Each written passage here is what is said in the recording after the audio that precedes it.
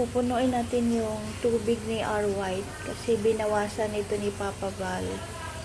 Ayan, malapit nang mapuno. Babantayan natin baka umapaw. Ganito kasi si R. White, kapag ayaw niya nang kumain, ibig sabihin, kailangan nang palitan yung tubig niya.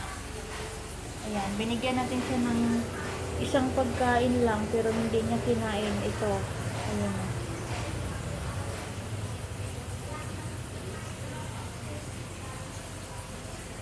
Yan, ganun siya kaselan.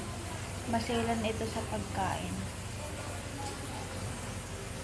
Ayaw niya rin yung frozen na yung galing na sa freezer. Mas gusto niya yung fresh.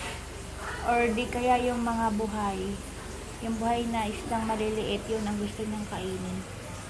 Ayan, R. White. Ayaw mong kumain, R. White, ah. Then, nilagyan natin ng stress out. Ayan, stress out. Tsaka 1 tablespoon of salt.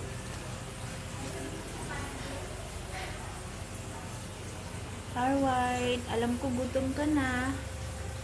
Ayan.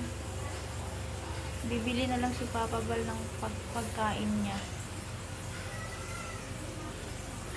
Busy pa kasi si Papa Val. Ayan. Konti na lang yung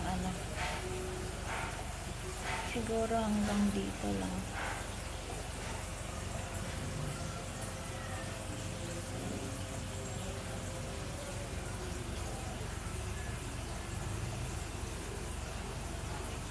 Bye, R. White.